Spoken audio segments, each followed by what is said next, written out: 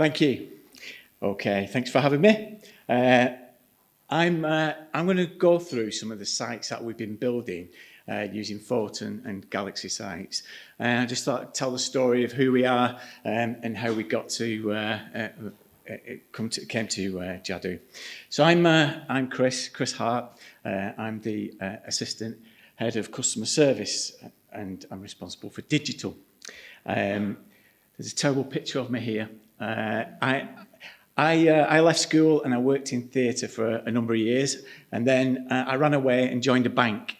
And I've been working in customer service ever since. And recently, over recent years, I've been looking after the digital front door for Bolton Council. Does anybody know who that little fellow is? Do you know who that is? It's me, yeah, it is me. Well done. Have a stress ball. Well done. Anybody know what that is? No? Pepper. Have you heard of Pepper? Pepper is the future of customer service. Oh, yeah. Because what Pepper can do, it's a robot that can read emotions, and it can adjust its attitude to you based on your gender and how you're feeling and the tone, and it'll respond to you. And they started putting these in retail stores, like shops, apparently very big in France, and the wine aisle of a supermarket, because people are a bit anxious about asking information about wine. They don't want to show themselves up, but they'll interact with Pepper because nobody can see their ignorance. So that's Pepper. Now, we don't have a Pepper at Bolton. You know, but we're building our own. We've got a dummy from Burton's with an iPad sellotaped to the front. You have to start somewhere. So Bolton is in the heart of the Northwest. We're part of the Greater Manchester Combined Authority. We have 250,000 residents. We're probably known for our residents, some famous ones like Peter Kay, Vernon Kay, Mark Radcliffe, Sarah Cox, Philomena Kunk, all the greats come from Bolton. Our football team's in administration, so if we have a whip round, we could probably buy it by the end of today. So there you go. So yeah, and the council, like a lot of councils, facing the challenge of the town centre and the place is diminishing because of the challenges of the internet and online retail. So I'll just go into that a little bit when I come to the sites. We moved to Jadu last year. Previously, our council site was built on SharePoint. I know, you can't believe it, I know. But we moved over to Jadu because we wanted a hosted solution that was supported outside of office hours, and we could see that Jadu had got a proven experience of working with other local authorities. And we wanted to adapt a low code approach. I've got a great team, and I wanted their efforts to be concentrated on improving transactions for customers, improving the experience for customers. What I didn't want them doing is trying to work out how to make SharePoint work. So we wanted that approach. Also, we've got a content strategy, something that we've not had previously. So we managed to create a great looking site, but a consistent site as well. So it's been great working with Jadu to do that. On top of that, we've been looking at Galaxies and Photon, which is the template manager part of the Galaxies. Like a lot of councils, we've ended up with a portfolio of sites. If you remember 10 years ago, everybody wanted a website, didn't they? If they want, we need a website, get one. So what they would do is find a little bit of money and get a design agency somewhere to build them a site, and they'd pop up everywhere, wouldn't they? So what we did a few years ago is start to bring them in-house, because those design companies were charging the earth just for putting a link on. So we started bringing them back in-house to host.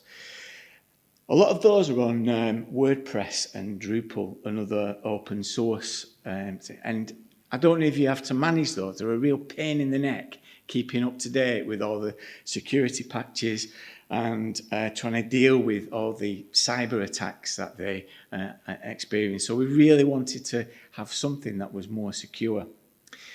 Also, the attraction of Photon and Galaxy meant that we could do it more quickly and use some of the template design to get some of these multitude of sites and get them hosted on Jadu quite quickly.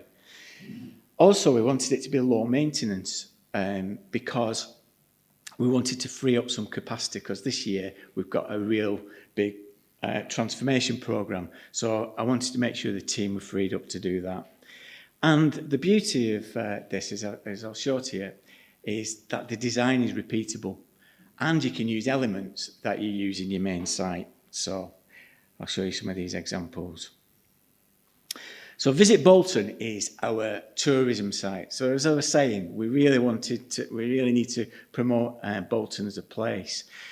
And this one is built on the dope trope template, but don't let that put you off.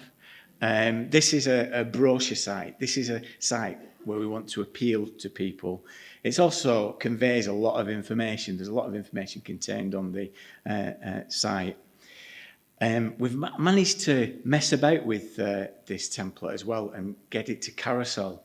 And I know that carousels are a bit passé, aren't they, those things? They don't work very well on mobile.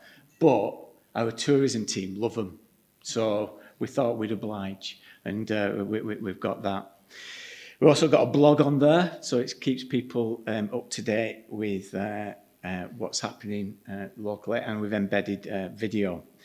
But where this gets interesting is we've used the directory element of Jadu to create a directory of events and services that are available in the town. And the way the What's On one works is we've got a repository, a local directory, that providers from all over the town can update their events and activities.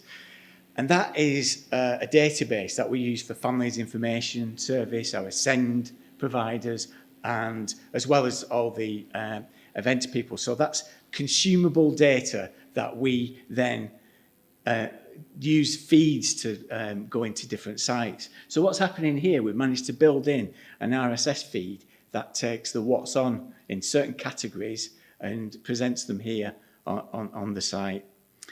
And so when we achieved that, it was a good day when we managed to do that on that widget.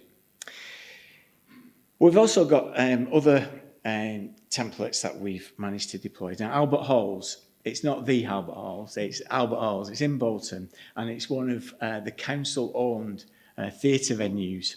And so obviously it's got to attract people and compete with the other things that are happening in the Northwest. This is a spectral template. And what I find interesting with this one is that spectral template, it does adapt very easily depending on the content and the images that you use. We've also got an events widget that we've put in there so people can see what's on at the theatre, what's happening that we've managed to build in. This is the same template for the Bolton Joint Strategic Needs Assessment. So this is a load of data. I nearly said boring data, but I'm sure it's fascinating. But this is the data that's about the health and social needs in the area, and it's consumed by a very discrete audience. So it's used for planning. But you can see that it's the same thing, but it's serving a different purpose, and it works really well. And previously the way that we were displaying data was quite boring, but people have found this attractive and useful. The template that we've used the most is Phantom, and we found this one the most adaptable. So this is the one that we've done for the market, and in this we've been able to do an interactive map, build in some social media engagement, allow the people who have the market traders to have their own mini micro areas on the site to promote their stall. So that's us. And this is the same one, but for the money skills advice website. Now, these are just an example. I believe you me, there's loads of sites that we've managed to do. We've managed to do them in a matter of weeks rather than months. It took us a bit of time to get there because turns out we were the cutting edge of Photon. We didn't realise we were, but we were the cutting edge. And it's taken some time to get there. But as soon as the team got into the rhythm of it, it's turned out to be really easy to adapt. And they've grown in confidence with tweaking the code.